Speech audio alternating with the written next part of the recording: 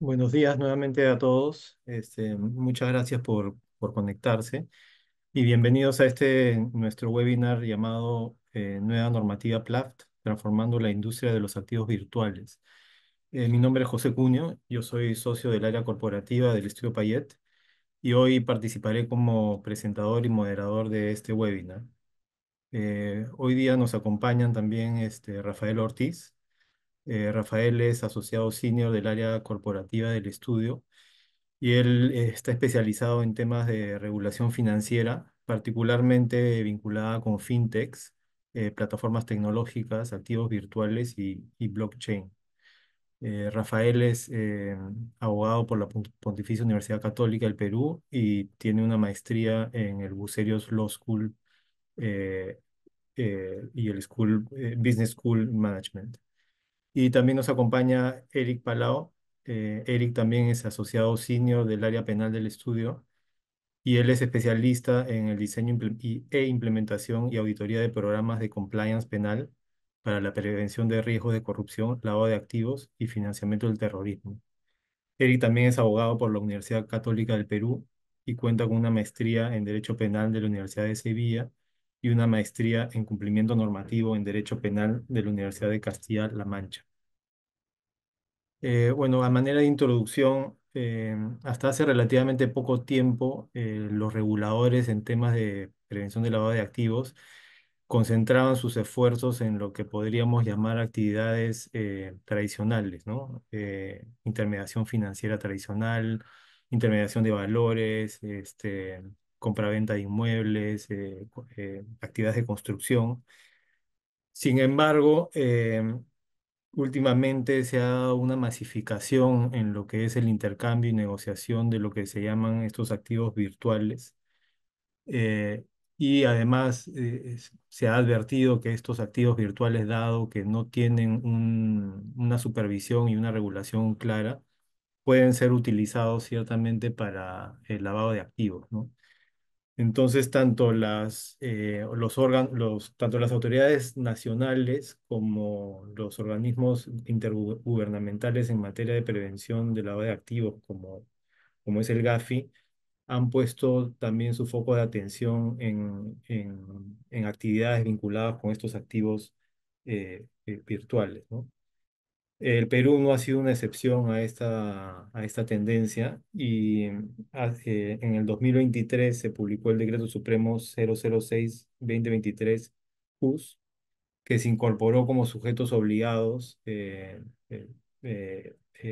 a reportar a la UIF a las empresas denominadas proveedores de servicios de activos virtuales, ¿no?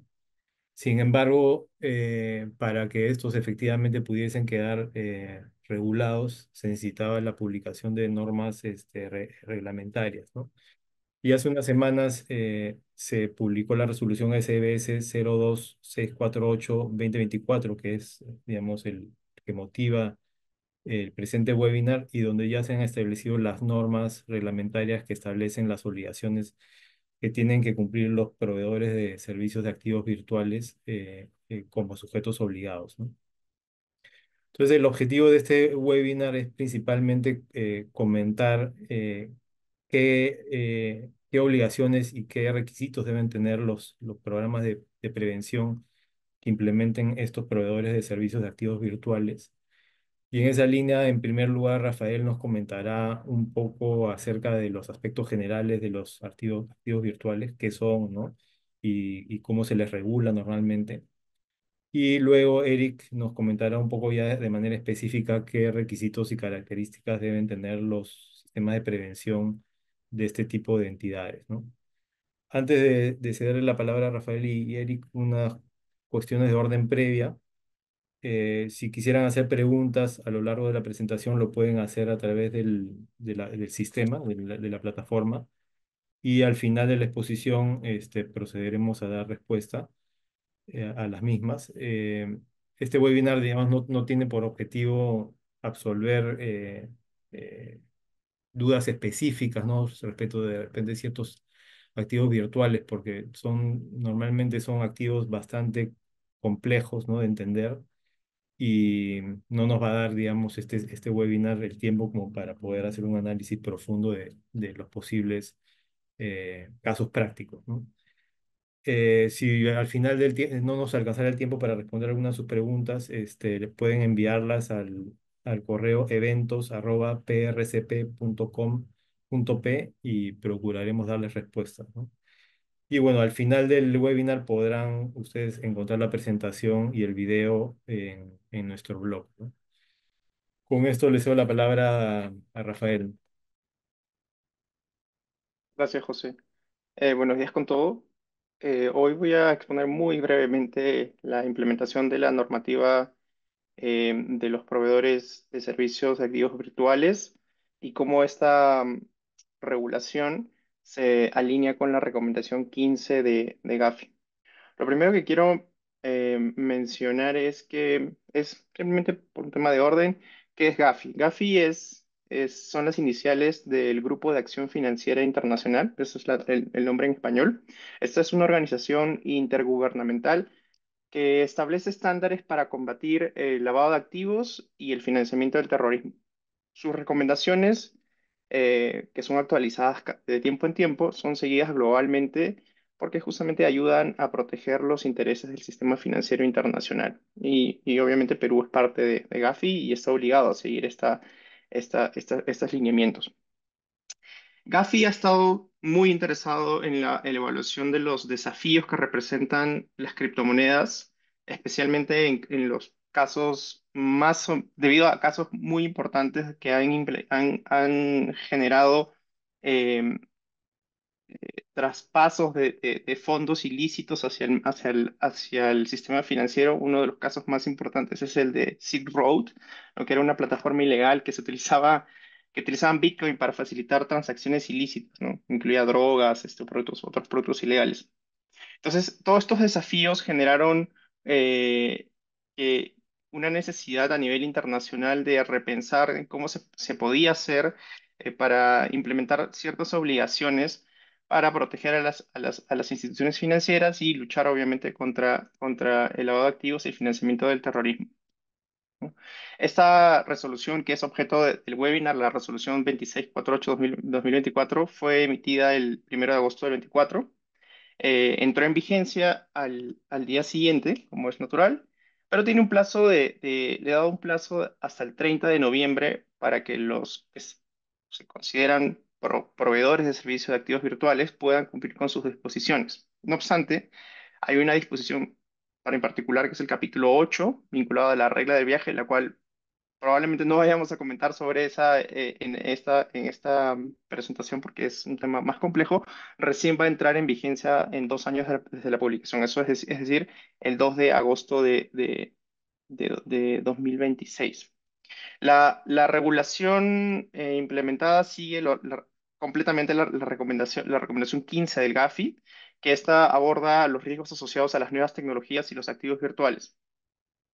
Las, esta regulación básicamente lo que busca es capturar, digamos, implementar obligaciones eh, a los intermediarios que participan en todas las actividades las actividades o transacciones que pueden realizarse con activos virtuales. ¿Ok? Lo La regulación incluye una definición que nuevamente lo recoge de Gafi, que es la definición de activos virtuales. Esta definición dice expresamente, el reglamento es que son representaciones digitales de valor que pueden comercializarse o transferirse, ay, perdón, eh, pueden comer- son representaciones digitales de valor que se pueden comercializar o transferir digitalmente y que se pueden utilizar para pagos o inversiones.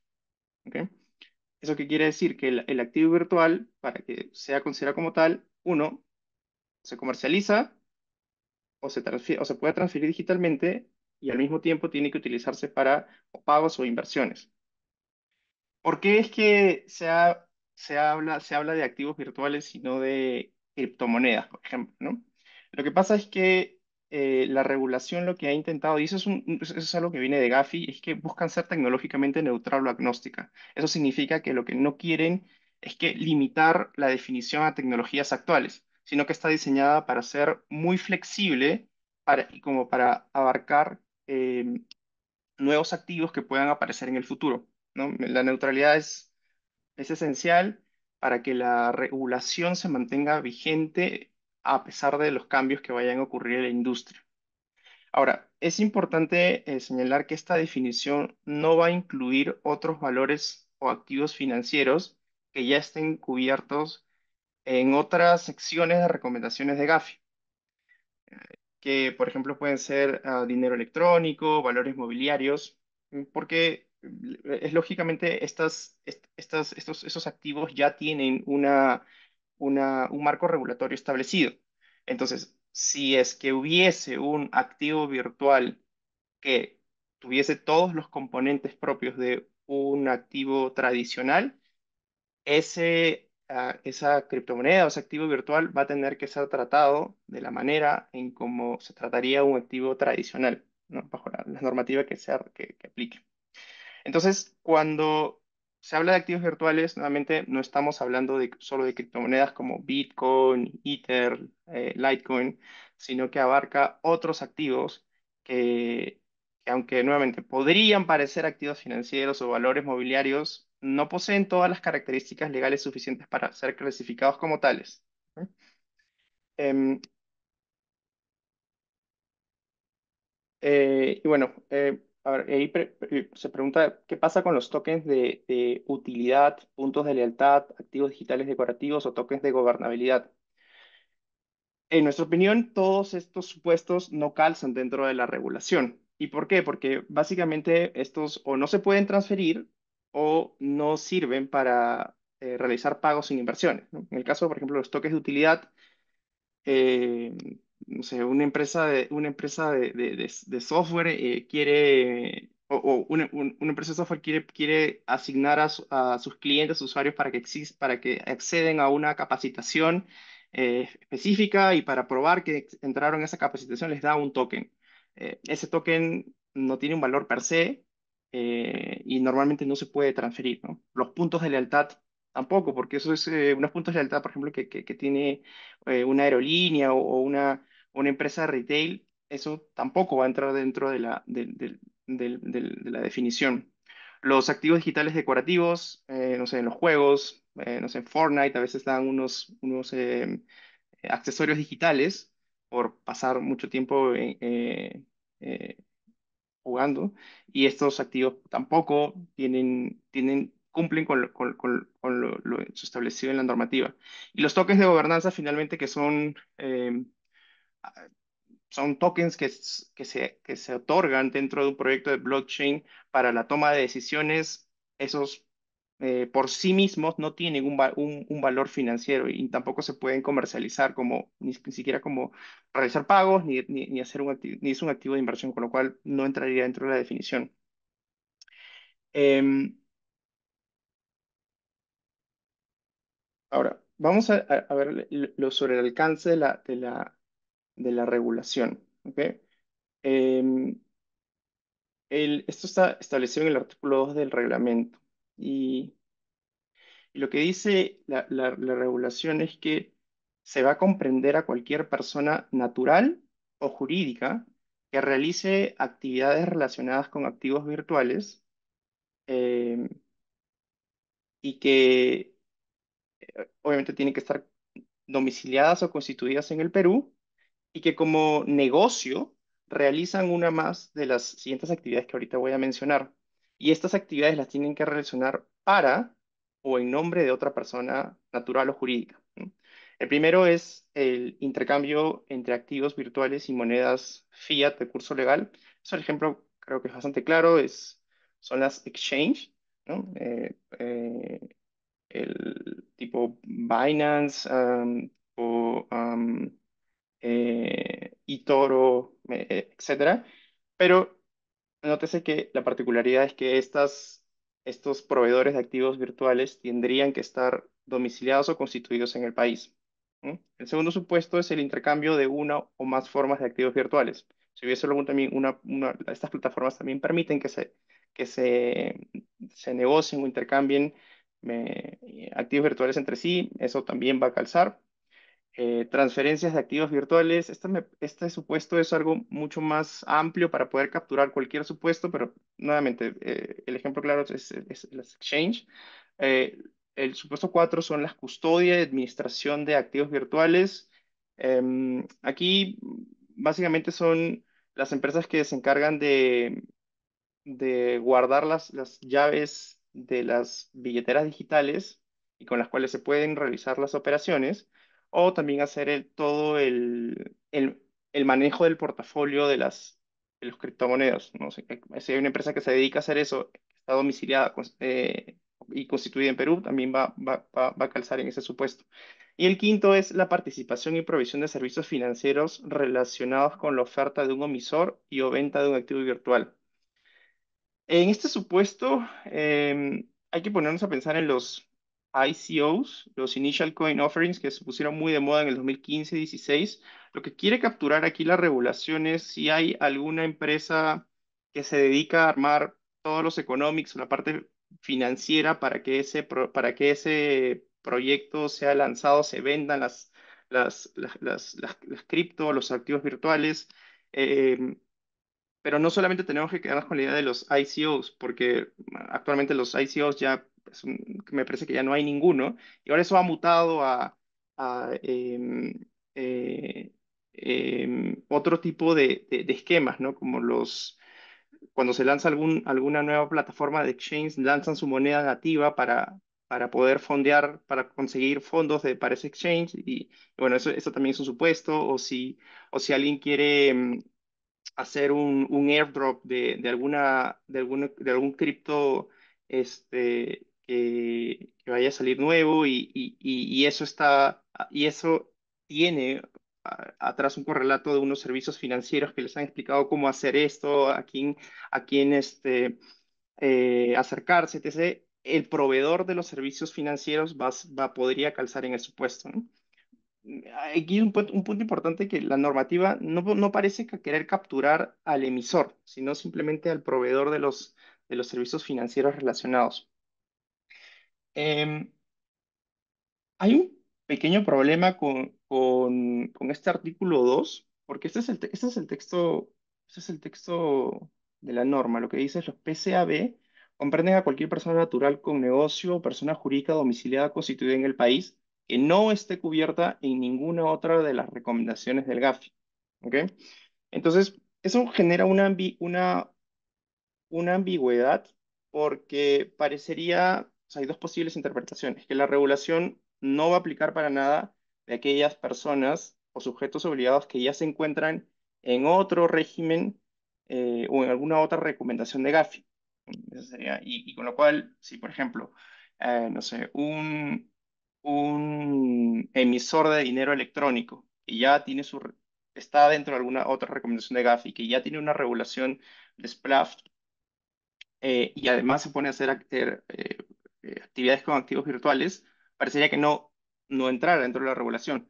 Esa, digamos, sería una interpretación literal. Pero hay una segunda interpretación que a nuestro parecer es la correcta, es que eh, aún se realice otra actividad que esté cubierta por GAFI, esta regulación sí se estaría aplicando y se tendría que adaptar la nueva regulación a las actividades que se están realizando, ¿no? Y básicamente la lógica es que el propósito de esta regulación es asegurar que todas las actividades relacionadas con activos virtuales queden adecuadamente incorporadas dentro de los sistemas de compliance para proteger la integridad del sistema financiero, como ya habíamos mencionado, y lo segundo es que hay distintos artículos en la norma, como el artículo 4.5 o el 26.4, que nos hacen llevar, que lo que dicen es que si el PCAB desarrolla más de una actividad, tiene que implementar la normativa de los activos virtuales dentro de un único sistema de prevención de lavado de activos y financiamiento del terrorismo. creemos que lo que ha pasado es es un error de incluir esta sección que he resaltado en la presentación, que no está cubierta en ninguna otra de las recomendaciones de Gafi. Eso no debió ir ahí. Y, y la lógica es, nuevamente, aplicar eso a todas las personas naturales o jurídicas que calcen dentro del supuesto de realizar actividades relacionadas con activos virtuales, a pesar de que estén dentro de otra actividad que esté regulada bajo la normativa SPLAFT. Yo le doy ahora el pase a Eric para que continúe. Muchas gracias, Rafael. Muy buenos días con todos. Ahora en esta parte del webinar vamos a hablar sobre las obligaciones que tienen en materia de prevención de lavado de activos los proveedores de servicios de activos virtuales, ¿no? Como bien nos ha explicado Rafael, hay ciertos supuestos por los cuales una persona natural con negocio o una persona jurídica domiciliada o constituida en el país o una persona jurídica extranjera con sucursal aquí en nuestro país, ¿no? Si realiza estas 5 actividades que nos ha detallado y explicado muy claramente Rafael, tendrían la condición de sujetos obligados, ¿no? Como proveedores de servicios de activos virtuales. En el marco de ello, ¿no? La norma establece que tendrían la obligación, ¿no? De implementar un sistema de prevención de lavado de activos y financiamiento de terrorismo general, ¿no? ¿Qué significa un sistema de prevención de lavado de activos general? Lo que nos está diciendo, digamos, esta norma es que estas actividades de servicios de activos virtuales es una norma, perdón, son actividades que exponen altamente a que se pueda utilizar a las compañías, ¿no? O a las personas que se dedican a estas actividades para lavar dinero o para hacer actos de financiamiento al terrorismo o incluso financiar temas de proliferación de armas de destrucción masiva, ¿no? Porque de lo contrario, si consideraran que no fuera una actividad de alto riesgo, hubieran dispuesto que implementen un sistema de prevención de lavado de activos acotados, ¿no? Como pasa en otras actividades, como por ejemplo los que prestan servicios de hotelería, las ONGs que no realizan financiamientos, ¿no? Etcétera, ¿no? Porque son actividades con un menor índice de posibilidad de que se cometan actos de lavado de activos o financiamiento de terrorismo. Entonces, en ese escenario, ¿no? Como bien ha mencionado también Rafael, se tiene hasta el 30 de noviembre de este año un plazo de adecuación, ¿no? En este plazo de adecuación, las compañías, ¿no? O personas que tengan esta condición de proveer de servicios de activos virtuales y que sean sujetos obligados, evidentemente tienen que implementar este SPLAF que debe cumplir con ciertos elementos, ¿no? El primer elemento que nos dice la norma es definir, ¿no? Políticas y procedimientos para la implementación y evaluación de los riesgos de lavado de activos y financiamiento de terrorismo y el financiamiento de la proliferación de armas de destrucción masiva. Esto implica que se va a tener que implementar políticas y procedimientos que tengan como finalidad, evidentemente, la identificación y la evaluación de los riesgos que estén asociados al lavado de activos, al financiamiento de terrorismo y a la prevención del financiamiento de la proliferación de armas de destrucción masiva. Por ejemplo, se puede implementar una política o algún procedimiento para la aceptación de los clientes, ¿no?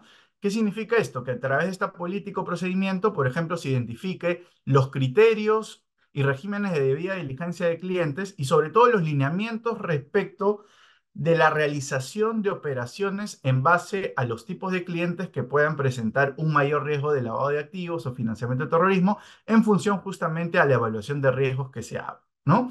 Como segundo elemento tenemos la designación de un oficial de cumplimiento, ¿no? En el marco del SPLAF, que es un elemento sumamente importante en cualquier sistema de prevención de lavado de activos y financiamiento de terrorismo. Si no hay un oficial de cumplimiento, prácticamente este sistema pues no podría funcionar, ¿no?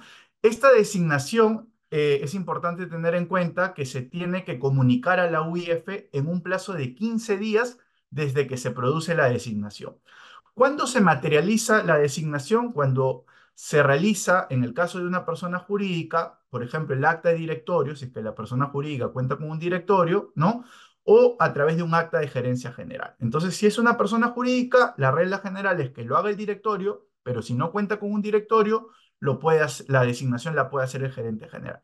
Y si el sujeto obligado, en este caso, fuera una persona natural, vale decir, el propio proveedor de servicios de activos virtuales, ¿no? Puede ser a su vez incluso, a su vez, el oficial de cumplimiento y comunicar su designación ante la unidad de inteligencia financiera, ¿no? Eh, si bien por regla general, por la norma, digamos, la persona que sea designada como oficial de cumplimiento puede cumplir estas funciones de manera no exclusiva, es decir, puede cumplir también otro rol, otras funciones en la organización, ¿no?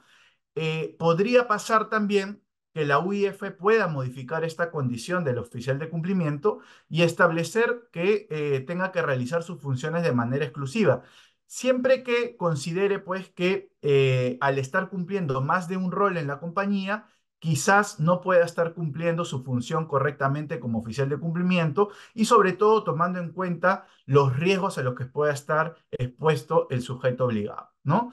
Es importante tener en cuenta que la persona que sea designada como oficial de cumplimiento, ¿no? La compañía puede designar a una persona con un rango gerencial, pero que tiene que ser distinto al gerente general como primera regla, ¿no? Pero hay una excepción. Podría pasar que se pueda designar al gerente general, pero tienen que cumplirse ciertos requisitos. Quizás no todos lo cumplan. Por ejemplo, tendría que el sujeto obligado tener la categoría de mediano y pequeño contribuyente ante la SUNAT, ese es un primer requisito, para que pueda designar al gerente general como oficial de cumplimiento.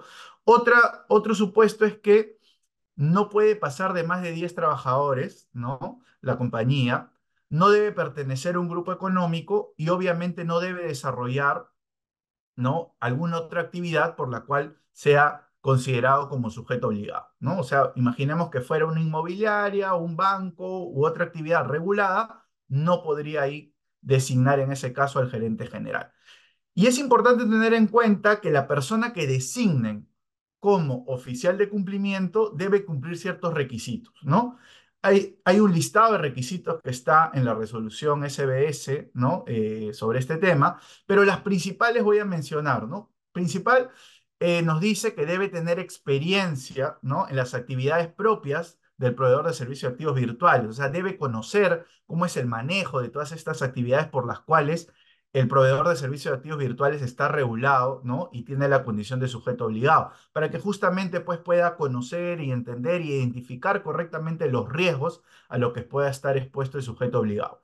Asimismo, no tiene que haber sido condenado por la comisión de un delito doloso, ¿no? ¿Qué es un delito doloso? Son delitos que se hayan cometido en términos generales con conocimiento o con intención, como muchos lo conocen, ¿no? En el Código Penal hay una serie de delitos que se sancionan de manera dolosa y otros también que son sancionados de manera culposa, es decir, de manera negligente. Aquí lo que te prohíbe es que la persona no puede haber sido condenado por un delito doloso, ¿no? Asimismo, no puede haber sido también auditor interno del proveedor de servicios de activos virtuales durante los 6 meses anteriores a su designación. Eso es bien importante tener en cuenta, porque ahí podría haber un tema de conflicto, también como veremos más adelante.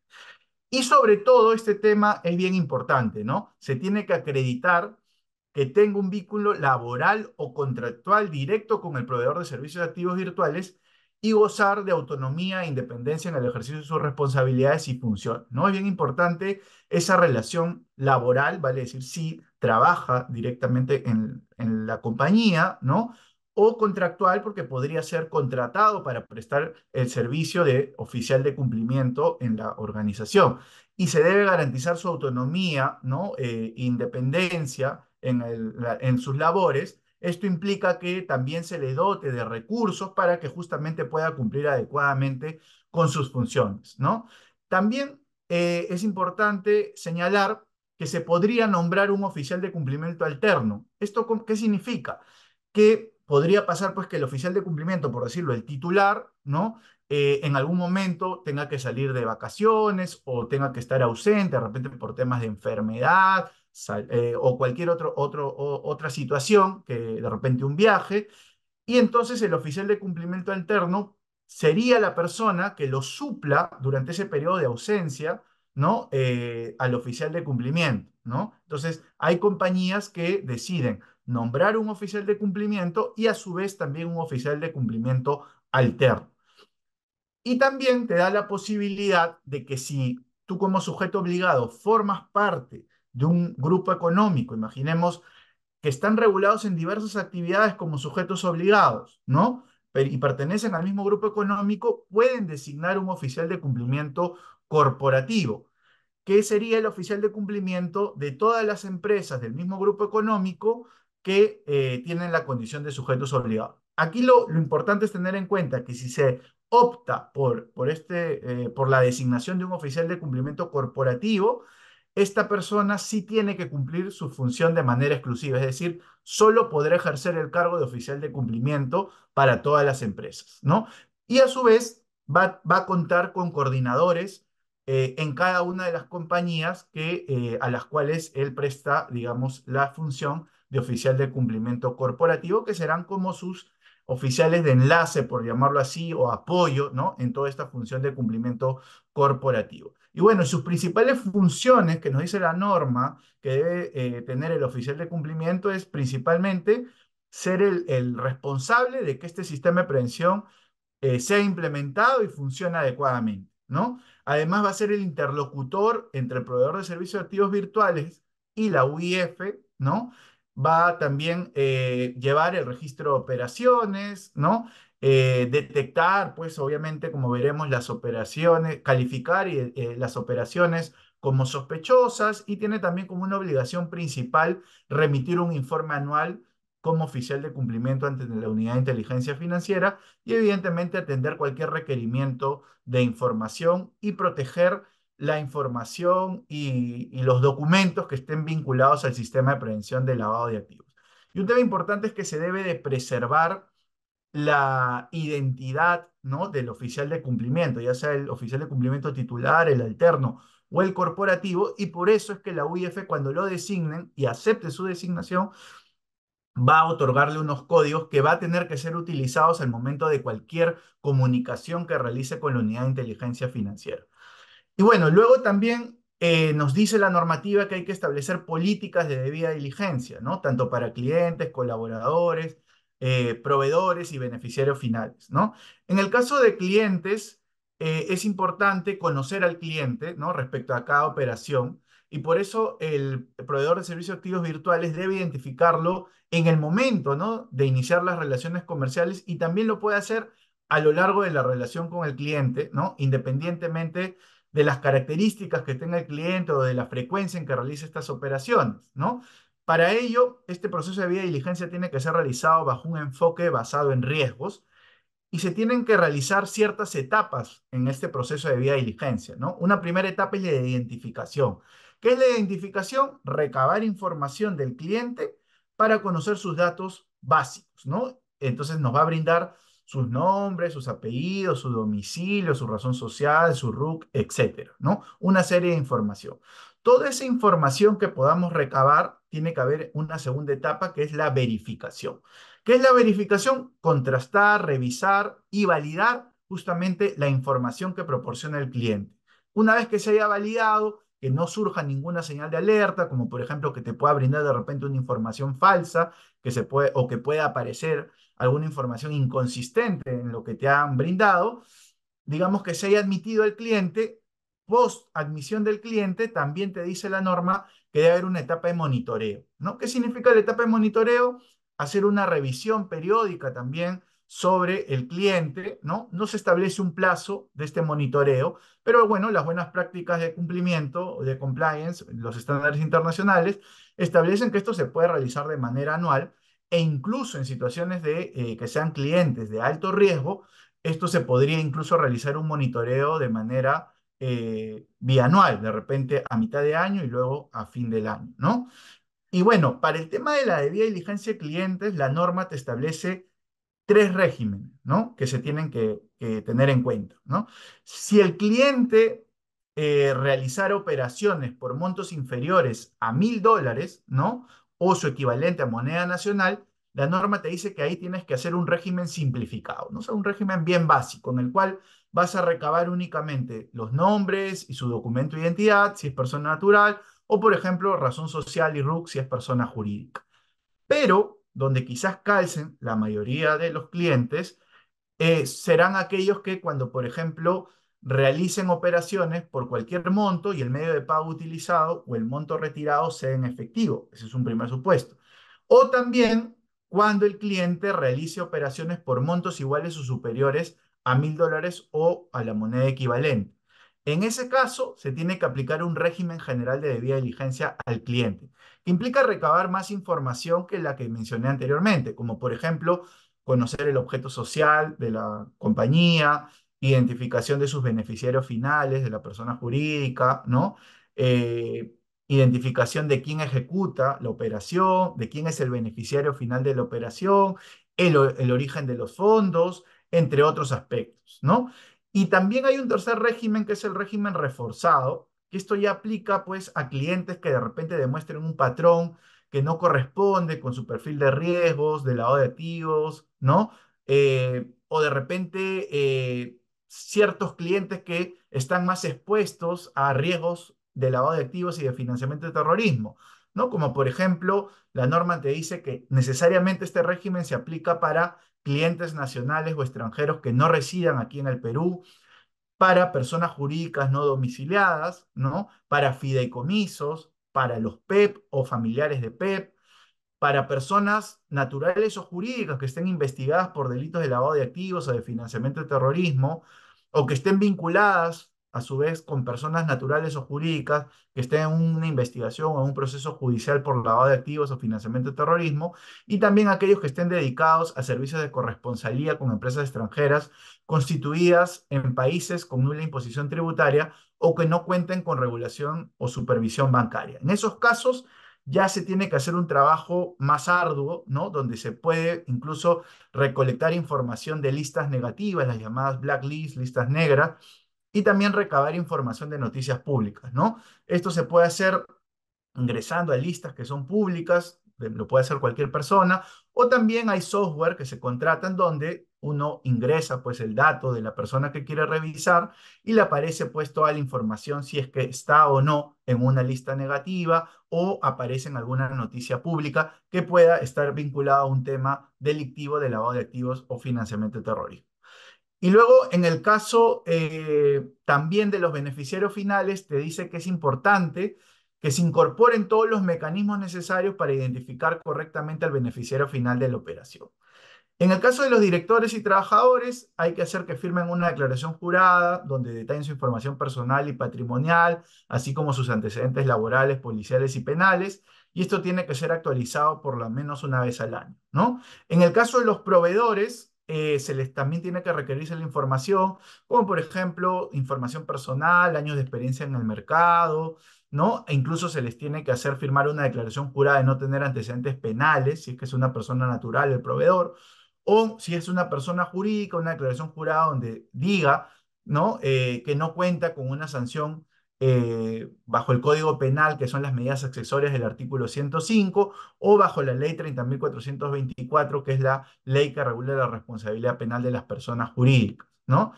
Y luego, bueno, en el tema de capacitaciones, tenemos que estas capacitaciones se deben realizar por lo menos una vez al año a los trabajadores y directores, ¿no?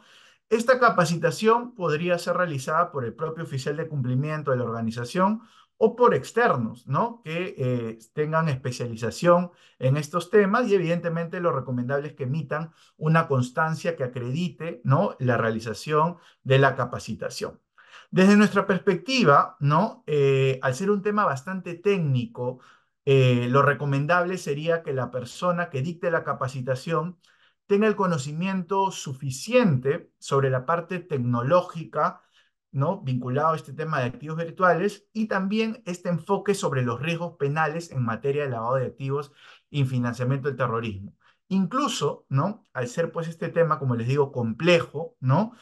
sería recomendable que se reciban capacitaciones más de una vez al año, ¿no? Porque la norma te dice mínimamente una vez al año. Entonces, se podría, desde nuestra perspectiva, realizar de repente 2 capacitaciones al año, a fin de que justamente las personas interioricen y comprendan correctamente, ¿no? Todos estos temas y sobre todo la normativa de prevención de lavado de activos asociado a este tema de activos virtuales, porque de esta manera es la única forma en la cual puede funcionar adecuadamente el sistema de prevención que pueda implementar la compañía. Luego, como quinto elemento, tenemos el manual y el código de conducta. El manual de código de conducta, digamos, debe contener en el manual principalmente todos los procedimientos, políticas que regulen el sistema de prevención de lavado de activos que implemente la compañía, ¿no? Podría pasar que también, más allá del manual, se cuenten con políticas independientes, pero no deben haber conflicto entre lo que se establece en el manual. Entonces, el manual es el documento principal que reúne todo el sistema de prevención de lavado de activos y financiamiento de terrorismo. Y por su parte, el código de conducta, pues, tiene los principios éticos, los deberes que se tienen que cumplir y obviamente las infracciones que se pueden imponer por el incumplimiento en el marco del SPLAF, ¿no? Eh, Tiene que dejarse evidencia que el manual y el código de conducta han sido puestos en conocimiento de toda la organización operativa y administrativa y que quede evidencia efectivamente que han recibido todos estos documentos y que se obligan a cumplirlos, ¿no? Y también es importante que si hubiera alguna modificación, tanto al manual como al código de conducta, se haga lo mismo, ¿no? O sea, se comunique y se cuente con la verificación de que han recibido estos documentos los colaboradores, ¿no? Y luego tenemos el registro de operaciones. Es importante que se tenga un registro de operaciones para todas las operaciones individuales en las que el medio de pago o retiro sea en efectivo. Esas entran aquí en el registro de operaciones. También todas las que sean operaciones mayores a $1.000 o a moneda equivalente, ¿no? Entonces, aquí en el registro de operaciones, estos 2 tipos de operaciones tienen que estar necesariamente registradas y mínimamente en el registro de operaciones se debe consignar toda la información que se haya podido recabar en la debida diligencia realizada a los clientes. Además, un tema importante, es que si ustedes como proveedores de servicios activos virtuales desarrollaran alguna otra actividad por la que también son sujetos obligados, tienen que tener un registro de operaciones por separado, es decir, un registro de operaciones por cada actividad por la cual son sujetos obligados, ¿no? Y luego te dice la norma que tienes que contar con un registro de operaciones inusuales. Por eso es importante que se establezcan procedimientos para prevenir y detectar operaciones inusuales, así como contar con un registro de las mismas, ¿no? Luego tiene que haber un registro de operaciones sospechosas donde se indique que quien va a calificar la operación como sospechosa es el oficial de cumplimiento y que lo debe comunicar a la UIF en el plazo de 24 horas. Luego tenemos las auditorías, ¿no? Te dice que es obligatorio tener una auditoría interna y solo cuando corresponda una auditoría externa. La auditoría interna la puede realizar el área de auditoría interna si es que cuenta con esta área la compañía y si no, de lo contrario, lo puede realizar algún gerente, ¿no? U otra persona que tenga un cargo equivalente, pero no podría ser realizada esta auditoría interna por el oficial de cumplimiento, porque ahí existiría un conflicto de interés, ¿no? Una vez que se realice la auditoría, evidentemente se emite un informe, ¿no? Que se presenta ante el directorio o en su defecto a la gerencia general, que lo tiene que aprobar máximo a los 30 días posteriores al vencimiento del periodo anual, por ejemplo, a más tardar el 30 de enero del siguiente año, y esto lo tiene que presentar como anexo al informe anual del oficial de cumplimiento, que justamente es otra exigencia, ¿no? El oficial de cumplimiento tiene que también elaborar un informe, ¿no? Anual sobre todo lo que se ha trabajado y dar una serie de información que esto se entra a un portal que tiene el oficial de cumplimiento que te exige la UIF y este informe anual, igual que el informe de auditoría interna, también tiene que ser aprobado a más tardar el 30 de enero del siguiente año y se debe comunicar a la UIF a más tardar el 15 de febrero del siguiente año, ¿no? En este caso en particular, como la norma está entrando en vigor el 30 de noviembre, desde mi perspectiva, considero que sería inoficioso hacer un informe anual solo por el mes de diciembre, ¿no? Que sería donde ya empezaría a regir esta normativa, por lo que pensaría que el informe anual se debería realizar por todo el periodo del 2025 y este informe anual debería ser aprobado a más tardar el 30 de enero del 2026 y enviado a la UIF a más tardar el 15 de febrero del 2026.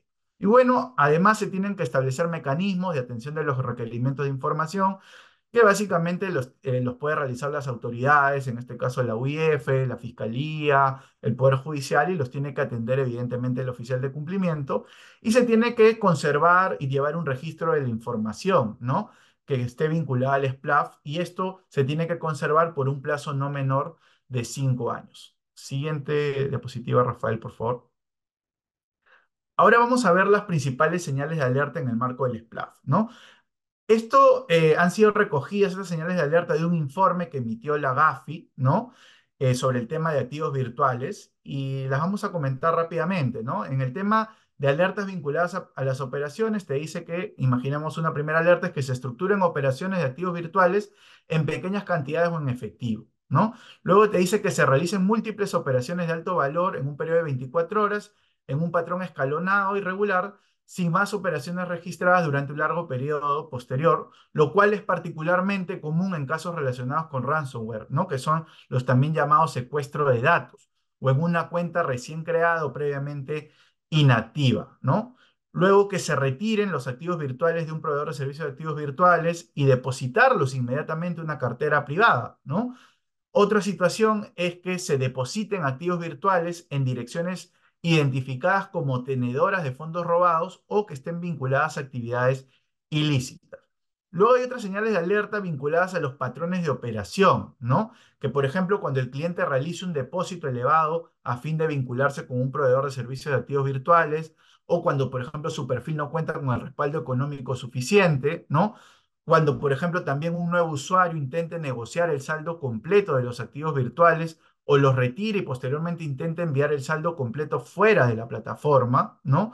O cuando se convierte una gran cantidad de moneda fiduciaria en activos virtuales sin una explicación comercial lógica, ¿no? Esa es otra señal de alerta. Siguiente, por favor. Y luego hay señales de alertas también vinculadas al anonimato, que es un tema que también se da frecuentemente, ¿no? Que, por ejemplo, las operaciones de un cliente involucran más de un tipo de activos virtuales a pesar de las tarifas de operación adicionales y especialmente aquellos activos virtuales que brindan mayor anonimato como las criptomonedas o las monedas privadas, ¿no? Otro supuesto es que los usuarios ingresan a la plataforma del proveedor de servicios de activos virtuales usando una dirección IP asociada con una red oscura u otro software similar que permita de repente una comunicación anónima, incluidos correos electrónicos cifrados y VPN, ¿no?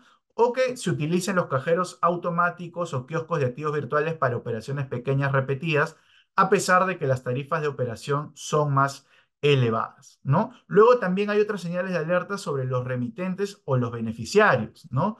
Nos dicen que, por ejemplo, cuando se creen cuentas separadas bajo nombres diferentes para eludir las restricciones sobre transacciones o retiros impuestas por los proveedores de servicios de activos virtuales, cuando el cliente no quiera proporcionar información sobre sus documentos que se le soliciten en el proceso de debida diligencia, ¿no? O, por ejemplo, cuando surjan discrepancias entre la dirección IP del cliente y la dirección IP desde la que se realizan las transacciones.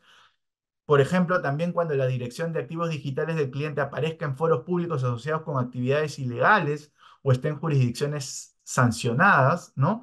O cuando realicen, pues, múltiples cambios en la información de identificación del cliente, por ejemplo, su correo electrónico o información financiera u otros datos relevantes, ¿no? Siguiente, por favor. Y luego tenemos también señales de alerta sobre la procedencia de los recursos o el patrimonio, ¿no? Ahí nos dice la GAFI que, por ejemplo, cuando se realicen transacciones con cuentas de activos virtuales que estén conectados con esquemas conocidos de fraude, extorsión o ransomware, ¿no? O direcciones sancionadas o mercados de la Darknet u otros sitios web que sean considerados ilícitos, ¿no? También puede ser cuando se realicen transacciones destinadas a servicios de apuestas en línea, ¿no? Es un tema que está ahí bien marcado por la GAFI.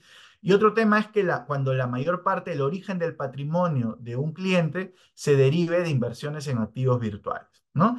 Y bueno, tenemos finalmente también señales de alerta vinculadas a riesgos geográficos, o sea, la zona donde se puedan dar estas actividades, ¿no? Entonces nos dice que los recursos del cliente sean enviados a un cambiario que se encuentra en otra jurisdicción diferente a la del cliente. Es una primera alerta. Otra alerta puede ser que el cliente utilice un cambiario de activos virtuales en una jurisdicción de alto riesgo que carezca de regulación, ¿no? O cuando el cliente establezca o reubique oficinas en jurisdicciones no reguladas. Siguiente. Ahora les queremos mostrar cuáles serían las posibles, de repente, infracciones que se podrían dar para los proveedores de servicios de activos virtuales una vez que empiecen a implementar su sistema de prevención de lavado de activos. Y esta lista de infracciones la hemos, digamos, sacado de una información pública que da la SBS a través de la UIF, ¿no? Porque hay una lista pública donde se detallan cada 2 años las principales infracciones que cometen los sujetos obligados. Entonces, en marco a eso, podría darse alguna de estas infracciones, como por ejemplo, no presentar el informe anual del oficial de cumplimiento, ¿no? Esto puede pasar, por ejemplo, cuando se envía el informe habiendo excedido el plazo, que como comentamos es hasta el 15 de febrero, ¿no? Del año siguiente. Otra infracción puede ser no designar al oficial de cumplimiento.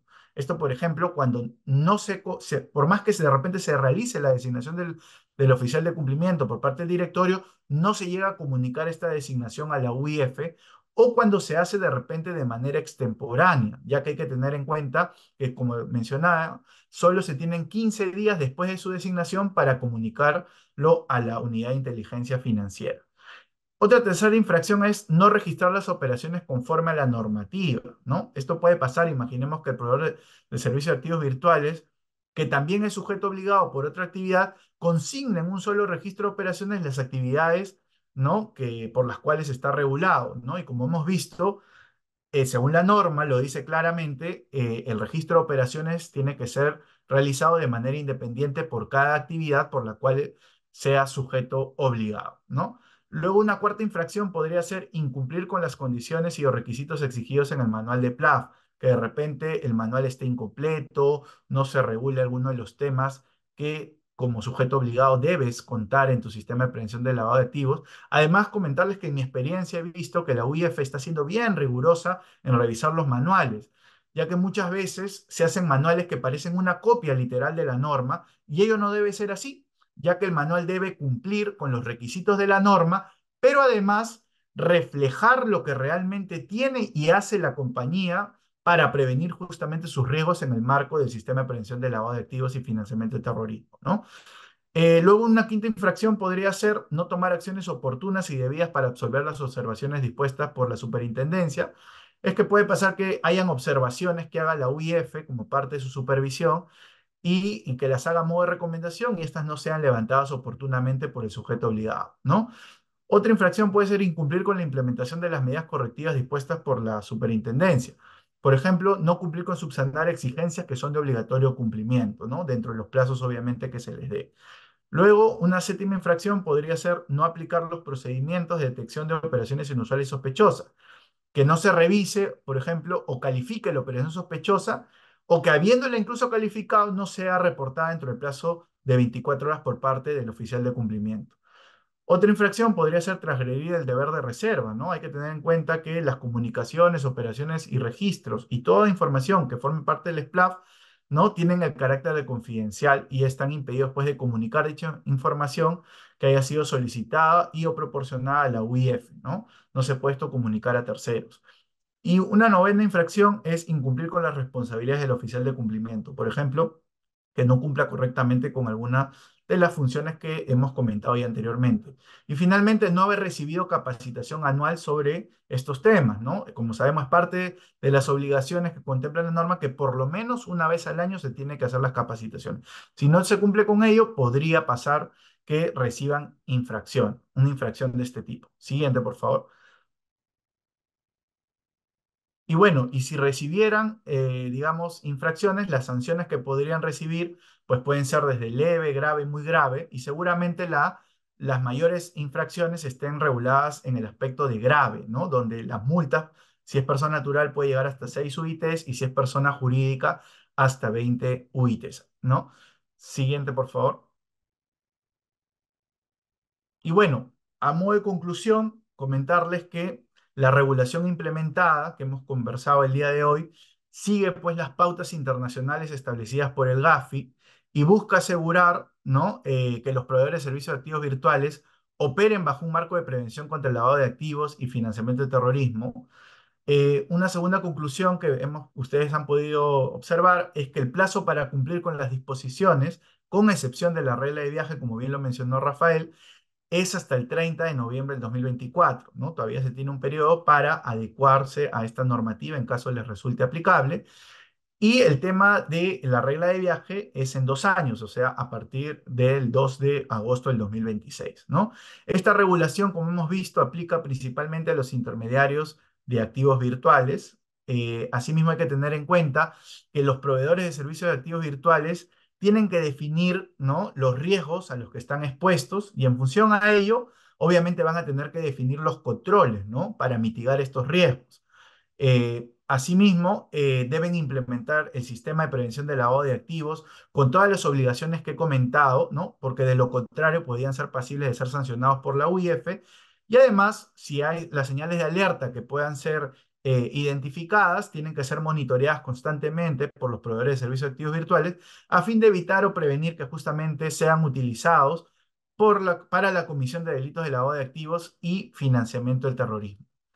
Bueno, esto es lo que queríamos compartirles el día de hoy. Les agradecemos por su atención y no sé, José, ahí si tiene alguna pregunta que podamos de repente absolver del público. Muchas gracias. Sí, no, muchas gracias Eric y Rafael por las presentaciones.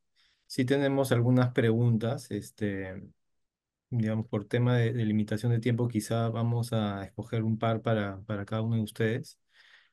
A ver, la primera para Eric, hay uno que dice que las empresas que no están obligadas a implementar un SPLAFT ni a reportar información a la UEF pueden adoptar voluntariamente un sistema de prevención LAFT para seguir un marco de buenas prácticas en la prevención del lavado de activos y financiamiento del terrorismo. ¿O existe algún otro modelo recomendado para estos casos de empresas que no están sujetas a trabajar de manera obligatoria con ese sistema? Sí, bueno, en realidad esta normativa aplica a las que están dentro del alcance que comentó Rafael, ¿no? Pero eso no exime de que las compañías que de repente no están en este supuesto, pero de repente se vinculan de alguna manera con este tema de activos virtuales, puedan, ¿no? Implementar un sistema de prevención de lavado de activos y financiamiento de terrorismo de manera voluntaria. La diferencia es que, digamos, no estarían, digamos, obligadas en el sentido de recibir de repente supervisiones por parte de la UIF porque no tendrían, ¿no? La condición de sujetos obligados. Esto sería como una buena práctica que lo haga la empresa y lo recomendable es que si lo van a hacer de manera voluntaria, es que cumplan, ¿no? Con los elementos que regulan la resolución de la SBS, que aplica justamente a los proveedores de servicios de activos virtuales que hemos comentado el día de hoy. Y también pueden tomar en cuenta, evidentemente, estándares internacionales que hayan sobre este tema, como por ejemplo tener en cuenta todas las recomendaciones del GAFI o los informes de la GAFI sobre el tema de activos virtuales. Gracias, Eric. Hay una pregunta sobre puntos de fidelización que creo que sería para Rafael. Y la pregunta es, o sea, los puntos de fidelización dicen tienen un valor contable incluso nominal. Y con esos puntos se pueden cambiar a gift card o hacer compras directos, pero no se pueden transferir entre clientes. Pero si se pudiese hacer la transferencia entre clientes, ¿se consideraría un activo virtual y le aplicaría esta norma? Ok. ah, si estos activos se transferirían entre clientes, mm, ok. O sea, eso es algo que habría que, o sea, en principio la regulación Gafi y las recomendaciones expresamente excluyen los puntos de fidelización, porque asumen que estos simplemente se transfieren dentro de un mecanismo cerrado entre los clientes. O sea, no tienen la posibilidad de ser como generalmente hacer como pagos que sirvan para, o sea, activos que sirvan para realizar pagos de manera genérica. O sea, en la medida en que todo esté cerrado dentro de un ecosistema, no debería haber un problema. Eso es uno. Y segundo es que no va a haber un supuesto de lavado de activos en ese caso, porque no es que el activo digital, el punto de fidelización, lo van a adquirir a través con fondos o con un criptoactivo, ¿no? O sea, eso simplemente es un reward que recibe el cliente por comprar, por estar activo en el sitio web, en la aplicación, lo que sea. Entonces, en principio, como decía, uno, Gafi lo ha excluido expresamente. Dos, no parece que hubiese una interconexión con el sistema financiero, con lo cual no tendría sentido. Y tres, a pesar de que se pueda transferir entre los clientes, siempre va a ser dentro del ecosistema cerrado, ¿no?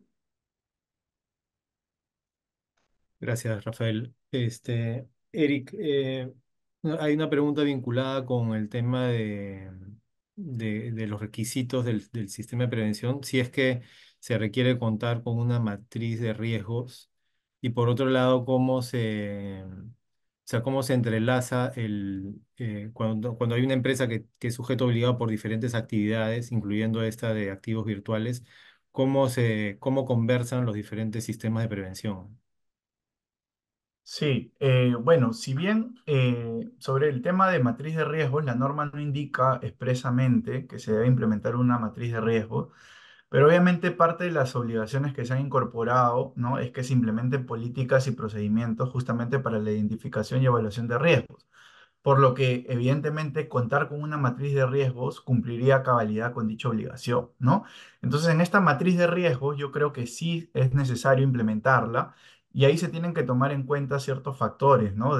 Para identificar los riesgos, como por ejemplo, desde el lado de los clientes, de los proveedores de servicios de activos virtuales, los productos y servicios que se ofrezcan, ¿no? Y obviamente las zonas geográficas en las que operen, ¿no? Y es importante pues que una vez se identifiquen los riesgos, se pueda también valorar estos riesgos tanto desde el lado de la probabilidad que ocurran, ¿no? Estos riesgos en la organización y cómo podría impactar esto, ¿no? En la compañía.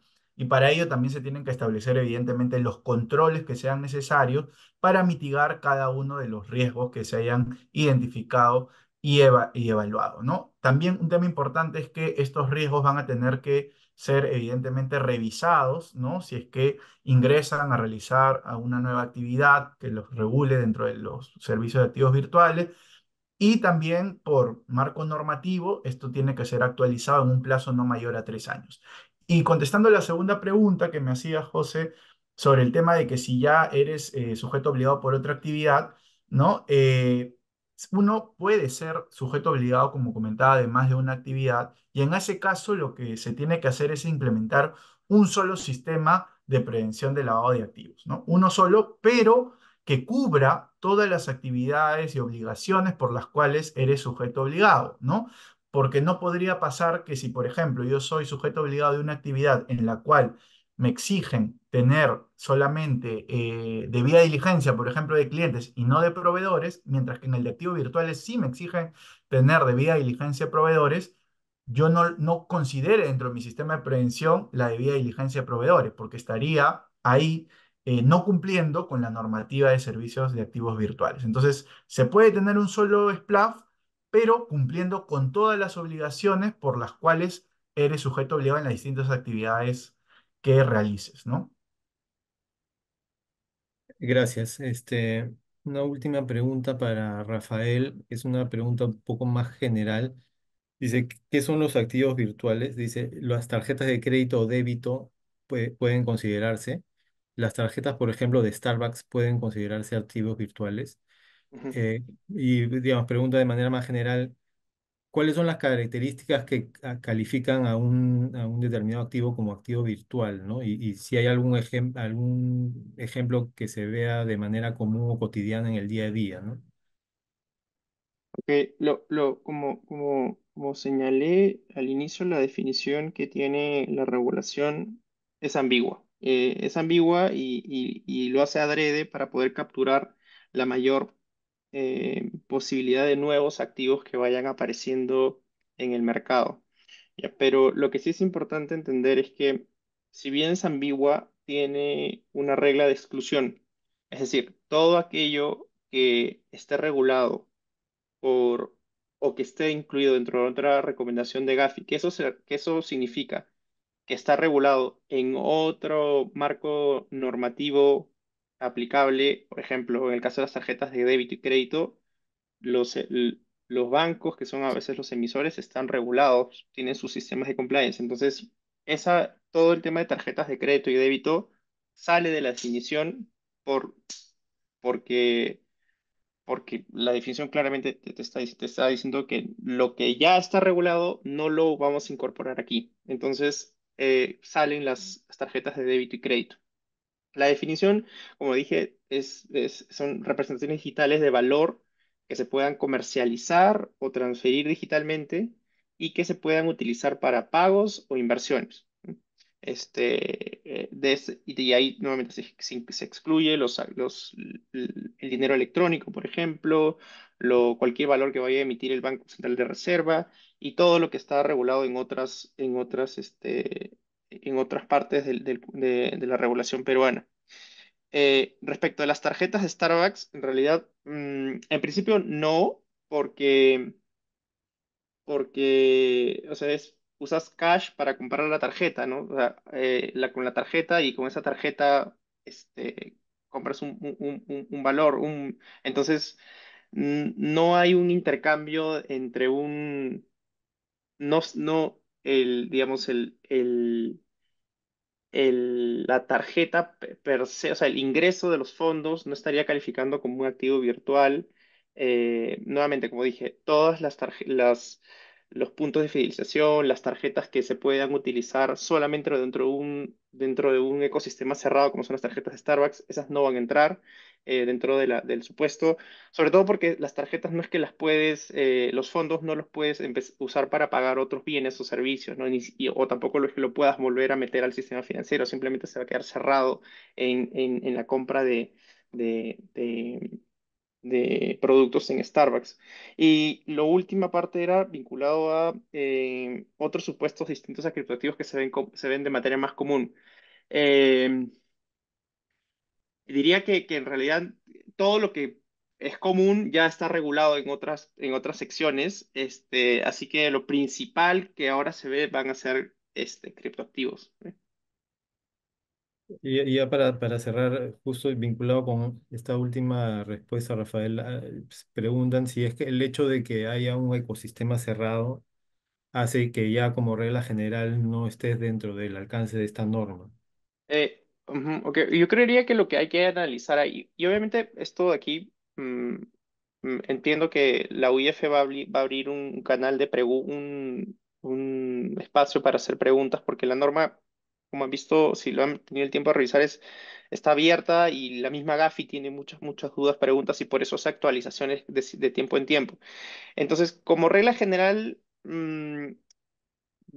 puede ser que no. Digamos, la recomendación general la opinión de Gafi es, en principio, no entran todos los que están dentro cerrado en el ecosistema, pero hay que evaluar caso por caso, porque me imagino que, no sé, qué pasa si compras estas gift card con criptoactivos. Este, podría ser utilizado de una forma para lavar dinero. Entonces, creería que habría que analizar caso por caso, y cuando no esté clara el supuesto, como decía, en este caso de cuando pones criptos para comprar el gift card, eh, lo más recomendable va a ser hacer una pregunta directamente a la UIF. Perfecto. Bueno, muchísimas gracias de nuevo, Eric y Rafael. Este, y las preguntas que hayan quedado en el chat vamos a procurar responderlas a través del correo que les comenté más temprano. Y nada, espero el webinar haya sido de utilidad y les agradecemos a todos por su participación. Muchas gracias. Muchas gracias a todos. Gracias, hasta luego. Hasta luego.